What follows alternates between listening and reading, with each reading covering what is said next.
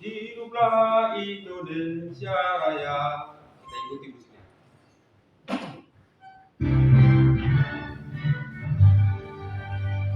Indonesia tanah airku, tanah Tuhan darahku.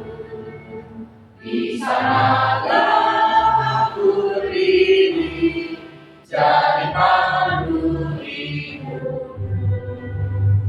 Indonesia kebangsaanku, bangsa dan tanah airku. Marilah kita berseru, Indonesia bersatu. Hiduplah tanahku, hiduplah negeriku, bangsaku, rakyatku semuanya. Bangunlah jiwanya, bangunlah badannya, untuk Indonesia Raya. Indonesia Raya, merdeka, merdeka, padamu negeriku yang tercinta. Indonesia Raya, merdeka, merdeka, hiduplah Indonesia Raya. Indonesia Raya, merdeka, merdeka, padamu negeriku yang tercinta. Indonesia Raya, merdeka, merdeka, hiduplah Indonesia Raya. Baiklah, Bapak Ibu guru disilahkan untuk duduk kembali.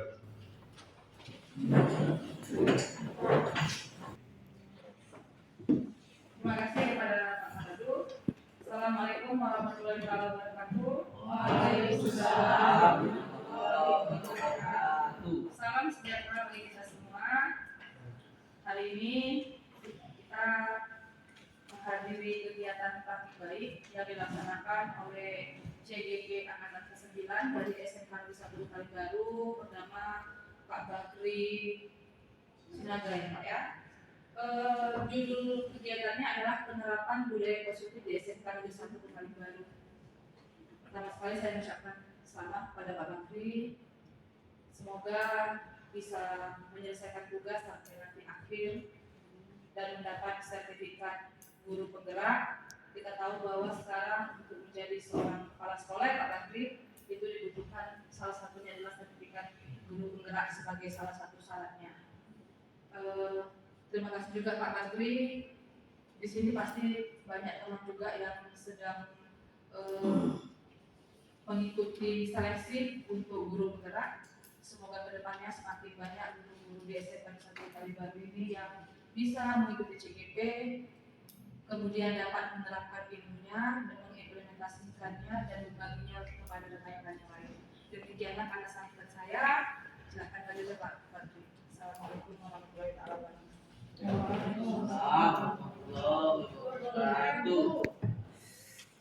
Baiklah, terima kasih kepada Bapak Kepala Sekolah atau mewakili. Yang berikutnya masuk kita ke nomor 4, yaitu penyampaian materi dari Pak Bakri. Silakan Pak Bakri.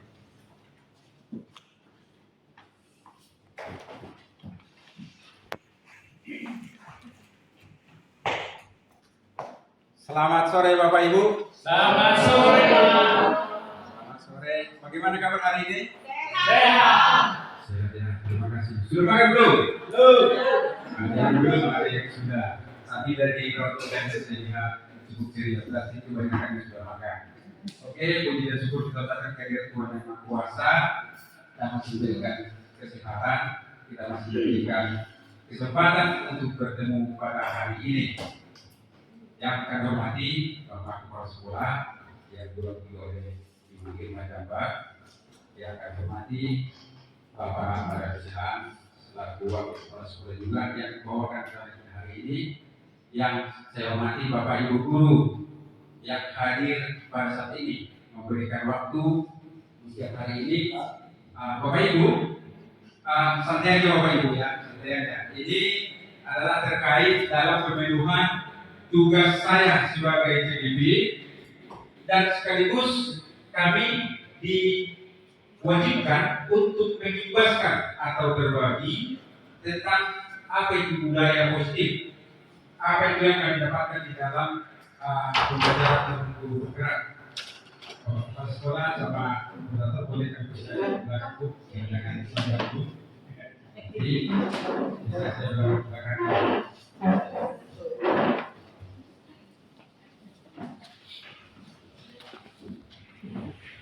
Jadi terima kasih kepada Bapak Ibu untuk menghemat waktu karena masih ada kita yang berikutnya. Di sini saya mau menerangkan tentang budaya positif. Saya adalah calon guru penggerak angkatan yang ke-9. Sebenarnya kami ada 2 di sini, tapi hari ini saya lah yang memberikan atau berbagi tentang budaya positif. Bapak Ibu, seperti yang sudah saya sampaikan tadi, bahwasanya tujuan kegiatan ini adalah yang pertama untuk pemenuhan tugas CGP dan sekaligus menerapkan atau sharing tentang budaya positif di sekolah kita sehingga nantinya dapat membentuk karakter murid, karakter guru, dan karakter warga sekolah kita di sini. Jadi ketika kita mengajar, maka bisa kita terapkan tentang budaya positif di sekolah kita. Bapak Ibu, kita sampai sana. Di depan ada beberapa pernyataan. Ada 4 ini terkait dengan masalah belajar dan mengajar. Coba kita lihat Bapak Ibu. Poin yang nomor 1.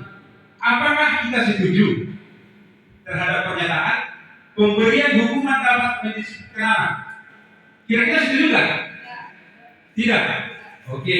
Ada yang setuju pemerintah? Pemberian hukuman dapat mendisiplinkan anak. Tidak setuju. Wah, ini 12. Kalau tidak setuju semua berarti itu tidak pas sebenarnya, ya kan? Tapi nanti kita lihat. Yang kedua, pemberian hadiah dapat meningkatkan prestasi murid. Setuju? Coba, tidak hanya setuju. Wah, ya setuju ya. Kalau kita berikan hadiah, maka mereka akan berprestasi atau meningkat prestasinya. Oke, yang ketiga, apakah kita setuju? Guru harus mampu memberi solusi kepada setiap murid yang bermasalah. Setuju? Setuju. Ada yang tidak setuju? Oh, setuju semua sepertinya ya. Yang terakhir, yang keempat, apakah kita setuju guru berperan sebagai teman bagi murid? Kita sebagai teman. Setuju? Yes, ada yang setuju, ada yang tidak setuju. Oke Bapak Ibu, tidak ada yang benar dan yang salah. Nanti kita akan temukan jawabannya ya setelah mempelajari materi ini. Dan kita nanti jawaban-jawaban terbaik apa kira-kira ya. Oke Bapak Ibu, kita lanjut. Apa itu budaya positif? Kita kan dengar selama ini budaya positif. Ya bagaimana itu ya? Ya kan? Coba lanjut. Budaya positif adalah adalah suatu nilai kebajikan universal yang menjadi keyakinan dan pada akhirnya menjadi karakter atau ciri khas dari sebuah komunitas. Budaya positif itu adalah sebuah nilai kebajikan. Mungkin nilai kebajikan apa pula nilai kebajikan ya kan? Nilai kebajikan itu adalah nilai-nilai yang positif Bapak Ibu. Nilai-nilai positif. Apa itu? Contohnya toleransi. Apalagi nilai-nilai positif? Iya, bagus sekali. Bekerja sama, bergotong royong, mandiri. Masih banyak lagi nilai-nilai yang positif. Tetapi tidak semua nilai-nilai kebajikan itu menjadi budaya positif. Tidak semua. Karena bisa saja contoh ya budaya buka baju setengah, ya kan? Di suatu tempat itu bisa saja di tempat tertentu, tapi di tempat kita tidak. Jadi budaya positif itu tidak nilai kebajikan itu tidak selalu kita ambil itu dari situ, ya. Jadi nilai-nilai tapi adalah jadi yang kita ambil adalah nilai kebajikan yang universal, artinya berlaku secara umum. Jadi nilai budaya positif adalah suatu nilai kebajikan yang universal, yang menjadi keyakinan. Kita yakini untuk membuat kita lebih baik dan bahagia. Itu Bapak Ibu. Ya. Lalu kita teruskan, bagaimana kira-kira untuk mewujudkan budaya positif itu? Yang pertama, disiplin positif. Yang kedua, motivasi perilaku manusia. Yang ketiga, keyakinan keras. Yang keempat, kebutuhan dasar manusia. Yang kelima, posisi kontrol seorang guru. Yang keenam, segitiga restitusi.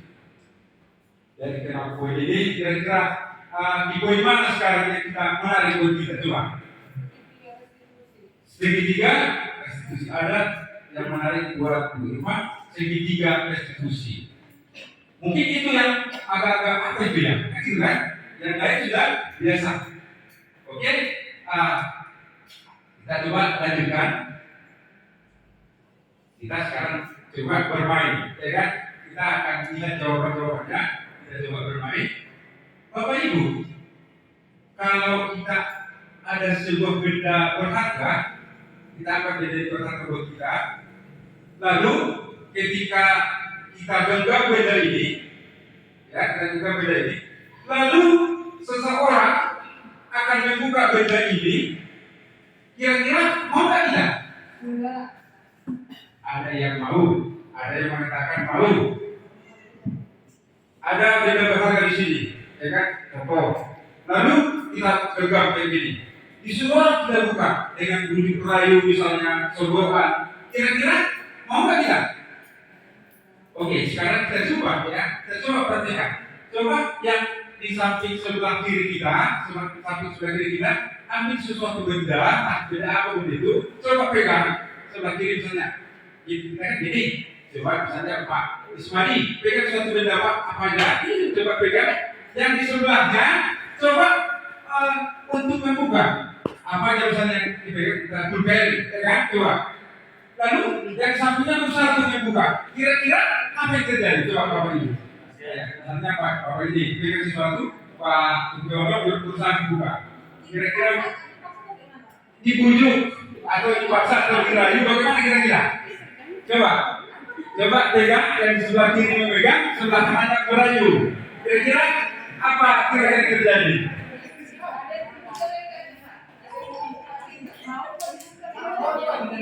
Oke, mungkin sudah dapat ya. Kira-kira apa yang terjadi? Kita mau membuka itu atas dasar paksaan kah atau atas dasar memori kita sendiri? Iya, betul ya. Jadi kontrol itu dari kita, bukan karena orang lain. Mau dibujuk kita, mau disogok. Kalau kita nggak mau, ya kita bukannya penentunya. Artinya kontrol itu adalah kontrol dari kita sendiri. Ya, jadi mau atau tidak kita membukanya itu tergantung kepada kita. Ya, tergantung kepada kita. Oke, Bapak Ibu, kita coba apa aplikasinya ya. Ya. Dari percobaan itu apa yang kita dapatkan? Artinya membuka atau tetap pada pendirian itu kontrol dari diri kita atau dari orang lain. Jawabannya adalah kontrol dari diri kita sendiri. Jadi nggak bisa dipaksa sebenarnya, ya kan? Nggak bisa dipaksa. Tergantung kita mau atau tidak. Itulah arah dari disiplin positif Bapak Ibu. Artinya kalau biasanya kita mendengar kata disiplin, coba, maka yang kita pertama pikirkan adalah aturan, ya kan? Kalau kita mendengar kata disiplin, yang kita dengar pertama adalah aturan. Baru hukuman. Ini yang pertama. Padahal disiplin itu muncul dari diri kita sendiri. Itu dia. Oke, kita lanjut. Ini ada ilusi yang selama ini kita merasa bahwa yang pertama guru dapat mengontrol murid, bahwa kita guru dapat mengontrol murid. Kan masih ada yang kita seperti itu kan? Padahal sebenarnya tidak, katanya tidak bisa lagi kita mengontrol murid, tapi atas dasar kemauan murid. Ya. Yang kedua, ilusi kritik dan membuat orang merasa bersalah dapat membuat karakter. Apakah betul itu?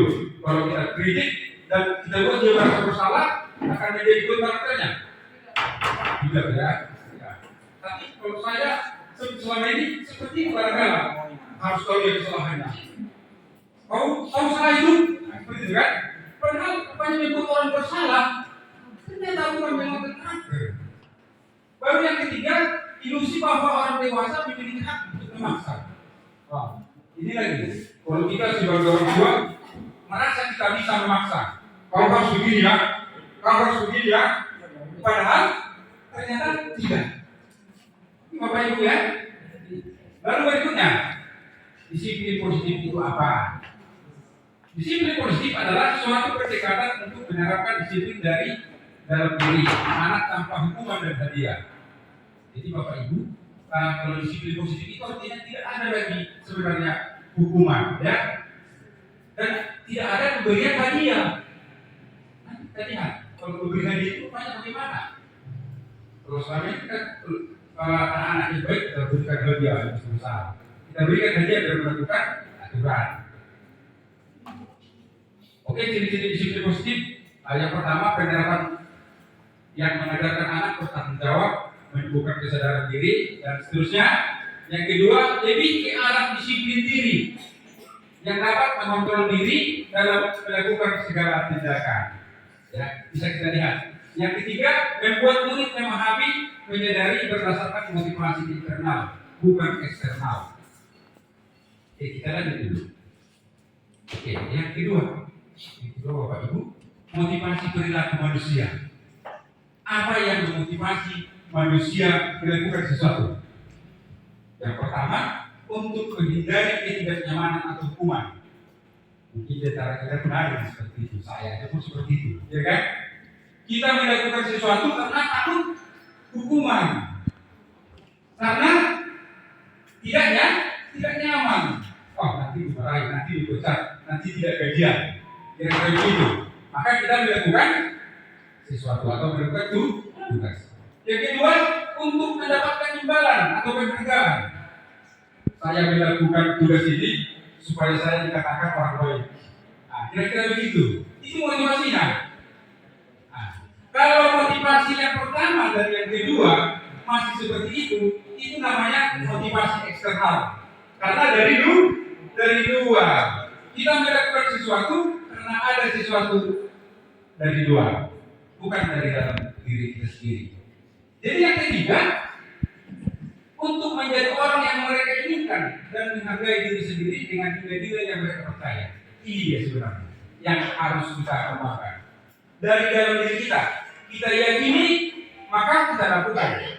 Bukan karena ada orang lain, bukan karena ada misalnya kepala konsentrasi, maka kita bertugas. Tetapi karena saya harus melakukan ini, karena saya anggap ini baik. Nah, kira-kira begitu. Jadi motivasi internal. Oke, kita percepat Bapak Ibu. Jadi untuk mewujudkan motivasi internal yang seperti tadi muncul dari dalam diri kita sendiri tadi untuk melakukan sesuatu hal, maka perlu dihindari hukuman. Agak berat lagi ya. Untuk mewujudkan keinginan yang dari dalam tadi, katanya harus kita hindari hukuman. Berarti tidak perlu kita hukum. Yang kedua, pemberian penghargaan yang berlebihan. Ternyata tidak bisa diberikan penghargaan yang berlebihan. Kenapa ya? Tidak bisa. Karena mungkin ada waktu yang dekat gitu. Kalau nanti tidak dikasih lagi, maka dia tidak akan mau melakukan. Ya, oke Bapak Ibu, kita lanjut. Yang ketiga, keyakinan kelas. Kemarin di TDSM saya katakan peraturan kelas. Peraturan kelas itu adalah peraturan yang disepakati oleh siswa bersama dengan wali kelas yang akan diikuti. Itu kesepakatan kelas. Lalu ada di atasnya itu adalah keyakinan kelas. Kalau keyakinan kelas itu yang kita yakini baik, ya. Kalau peraturan kan ada yang nggak baik, ya kan? Tapi kalau keyakinan kita itu baik, maka di atas peraturan kelas ada keyakinan kelas. Boleh Bapak Ibu baca di situ. Nanti kita baca saja. Berikutnya kebutuhan dasar manusia. Ini kebutuhan dasar manusia bisa kita lihat. Yang pertama, penguasaan. Manusia mempunyai keinginan untuk menguasai orang lain. Itu jelas.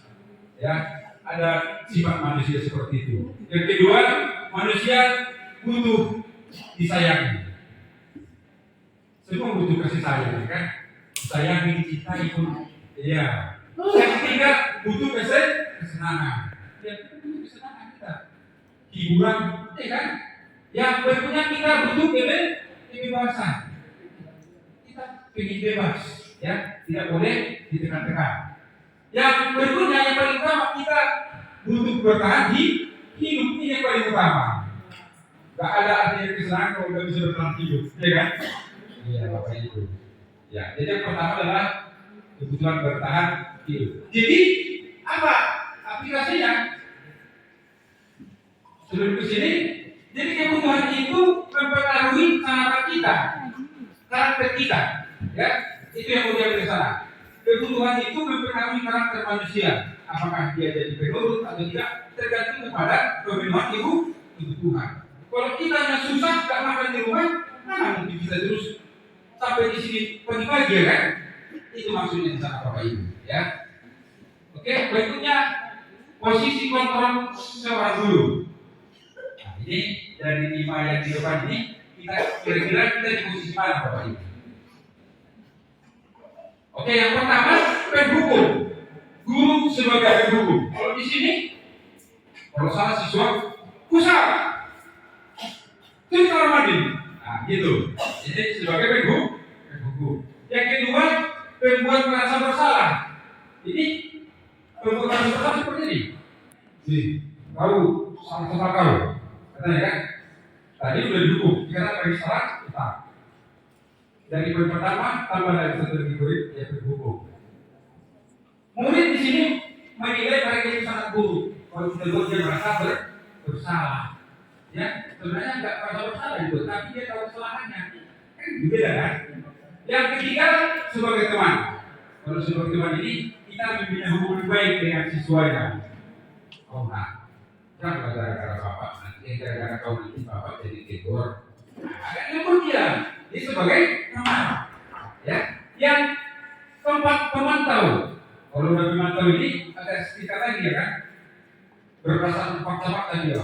Absenmu sudah sekian, maka kau harus dipecat. Nah ini, ya kan? Dipantau dia semua. Kau sudah 2 kali cabut, maka kau nanti harus dipecat. Ini sebagai pemantau. Yang terakhir manajer. Inilah yang akan kita kembangkan posisi sebagai manajer. Apa itu posisi sebagai manajer? Ini kita berkolaborasi dengan murid untuk memperbaiki kesalahan. Kenapa itu? Kemudian posisi kontrol seorang guru sebagai manajer, maka guru melakukan sesuatu bersama murid, mempersilahkan murid, mempertanggungjawabkan perilakunya dan mendukung murid agar dapat menemukan solusi atas permasalahannya sendiri. Jadi posisi manajer mengacu pada restitusi yang dapat menjadikan murid sebagai manajer bagi dirinya sendiri. Tadi dikatakan di depan posisi restitusi. Kita lanjut Bapak Ibu. Tadi apa itu segitiga restitusi? Ya kan? Segitiga restitusi. Seorang guru yang berperan sebagai manajer menggunakan segitiga restitusi dalam penyelesaian masalah melalui 3 tahap. Tahap yang pertama, menstabilkan identitas. Menstabilkan identitas. Yang kedua, validasi tindakan yang salah. Yang ketiga, belajar keyakinan. Kira-kira Bapak Ibu, apa itu menstabilkan identitas? Ya, maksudnya pengertian menstabilkan identitas kira-kira apa ya? Coba, ada nggak yang tahu ya?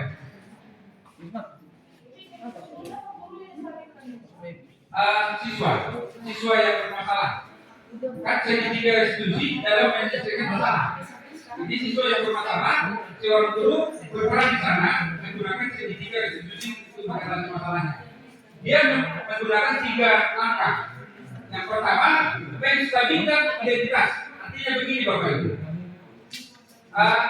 Kita anggap dulu siswa itu sama dengan kita. Sebagai manusia itu pantas membuat salah. Pantas kita lapar. Misalnya kalau dia cabut ya kan, karena lapar misalnya dia cabut, ya.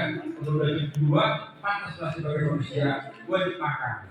Nah, kira-kira begitu. Artinya kita jangan langsung ponis. Kita stabilkan dulu, kita tenangkan dulu. Itu menstabilkan identitas. Pantas ya. Kalau udah kedua lapar, ya nggak apa-apa. Semua manusia kok pasti lapar kalau udah kedua. Gitu ya. Kemudian kualifikasi kita kan, kualifikasi kita kan itu kita validasi betul nggak dia melakukan itu. Ya. Jadi kalau ada siswa kita bapak ibu yang salah, jangan langsung ponis. Kita tenangkan dulu, baru validasi tindakan, ya kan? Jangan langsung kita hukum bapak ibu. Kita validasi dulu, benar enggak dia dari kantin, ya kan? Baru selanjutnya kita tanyakan keyakinannya, benar ubah, salah nggak ini ya? Salah nggak? Maka kita arahkan, dia akan merasa yakin bahwa itu salah, maka dia tidak akan melakukan itu. Bapak Ibu, kita lanjut. Kata-kata demikian Pak acara kita penerapan budaya positif di sekolah. Saya tidak konfirmasi kenapa kan saya buat semua, karena mudah-mudahan dengan materi yang kita sampaikan maka terjawab tadi pertanyaan-pertanyaan tadi. Dan tentunya bisa kita terapkan di sekolah kita ini budaya positif. Bapak Ibu, sebelum saya lanjut, kira-kira ada nggak yang mau ditanya? Pertanyaan apa saja Bu? Oke, dari Pak Budi dulu.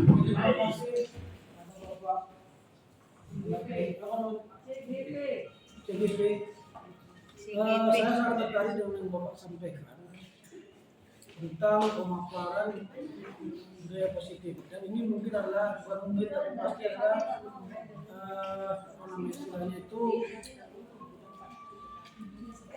pengembangan ataupun katakanlah sebagai suatu upaya kita dalam pelaksanaan, terutama dalam proses kurikulum merdeka. Intinya ini adalah merupakan paradigma baru menurut saya. Tapi ada beberapa hal, karena saya juga dari sekolah guru dulu, yang awalnya dari PGA, kemudian masuk kuliah di kejuruan.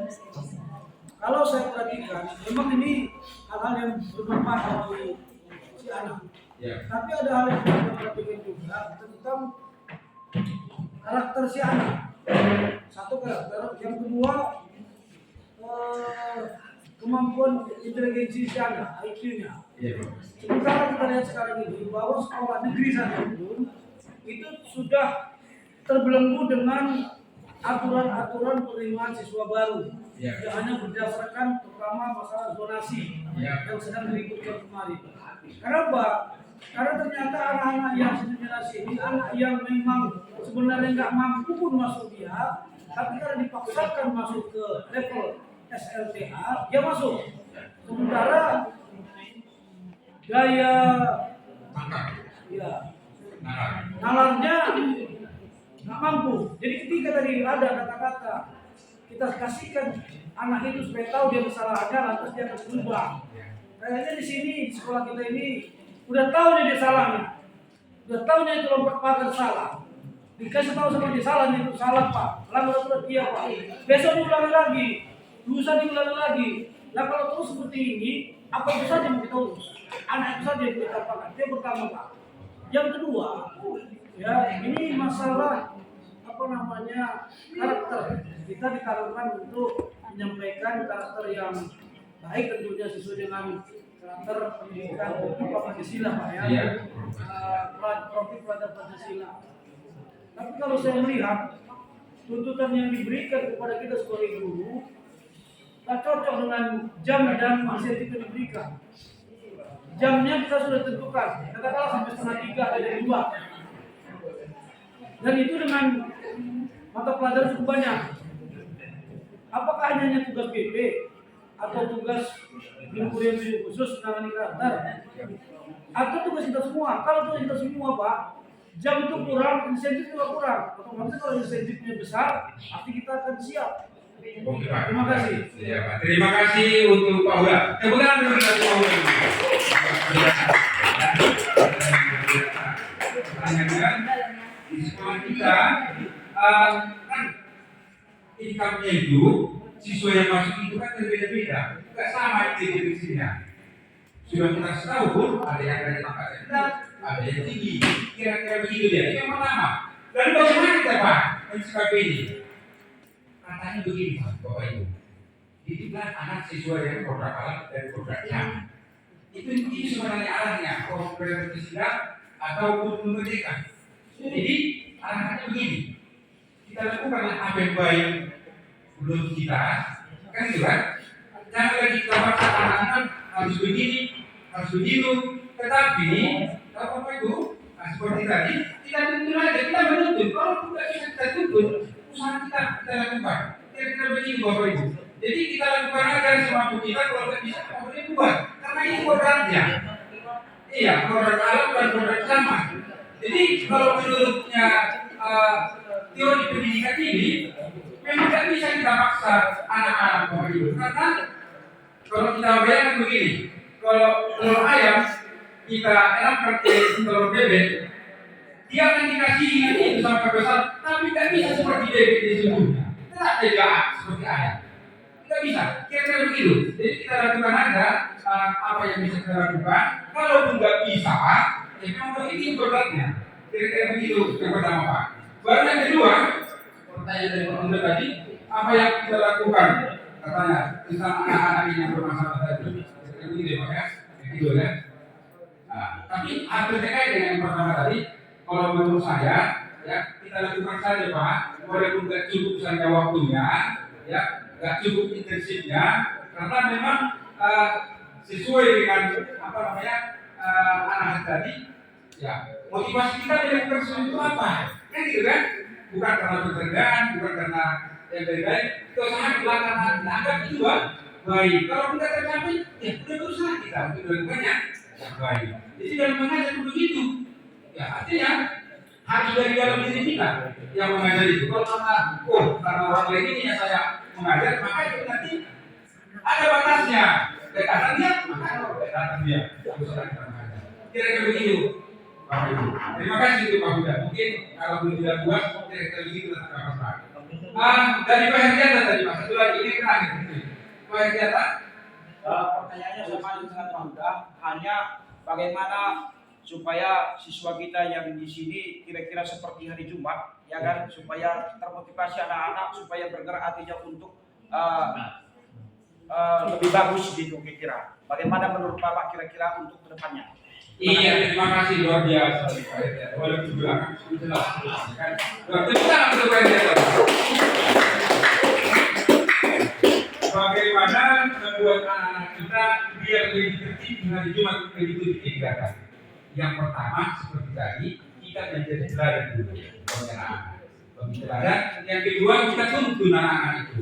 Nah, menurutmu kalau tahu seperti itu mau jadi apa? Ya kan? Ayo, sehat itu tahu bukan itu saya. Jadi kita tuntun, jangan lagi kita hukum maksud usaha begitu. Kira-kira ini berbeda coba. Kita menuntunnya dengan cara tersebut. Kita sebagai manajer, kalau ada masalah, bagaimana? Kita cari penyelesaian masalah itu. Kira-kira begitu. Karena kita sebagai kontrolnya bukan pendukung, bukan sebagai teman. Yang lebih baik adalah sebagai manajer. Kira-kira gitu Pak. Oke Pak, terima kasih Pak. Mungkin itu karena waktu kita juga agak banyak. Jadi dengan demikian penerapan budaya positif di sekolah kita mudah-mudahan bisa kita terapkan Bapak Ibu. Kalaupun ada yang kurang jelas nanti di lain waktu masih bisa ditanyakan lagi kepada saya. Kira-kira bagaimana kita berbagi, bagaimana kita sharing terkait dengan calon guru penggerak yang lain yang masih mau mendaftar. Kalau ada kira-kira yang perlu ditanyakan nanti bisa kita saling berbagi. Karena dengan banyak kita dari sini sebagai calon guru penggerak, kita pun akan semakin sukses ke depan. Terima kasih untuk kita semua. Terima kasih kepada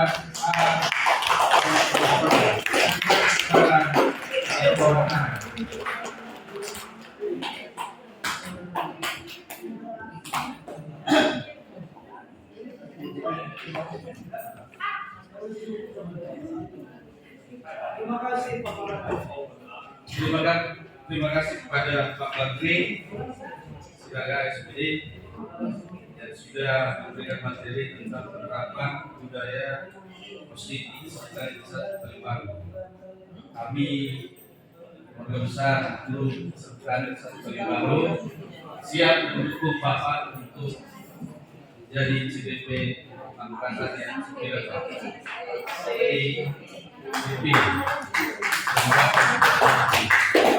dan kami berharap apa yang dilaksanakan selama CDP ini dapat tercapai.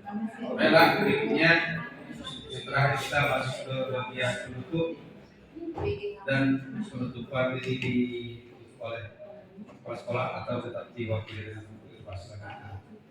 Oke, terima kasih kepada Pak Manado. Bapak Tri, penerapan budaya muslim di SMK Negeri 1 Kalimantan jika benar-benar didapatkan atau diimplementasikan, ini pasti merupakan hal yang positif. Tapi memang Pak, harusnya dimulai dari kita dulu sebagai guru. Harusnya. Kenapa? Karena bila kita telah bisa melakukan praktek baik ini, kita juga pasti akan sebenarnya mengikuti. Jadi memang yang harus dirubah memang diri kita sendiri dulu. Semoga ke depannya kita bisa menjadi lebih baik. Karena saya pribadi juga menuju arah menjadi orang yang lebih baik dari sekarang. Dan memang kita berproses. Terima kasih Bapak Tri atas penyampaian praktik baiknya. Semoga nextnya Pak Manado ya, kawan-kawan yang mendaftar angkatan 11 next bisa menampilkan di sini sebagai praktik baik kegiatan CDP berikutnya. Doakan kami ya Pak ya.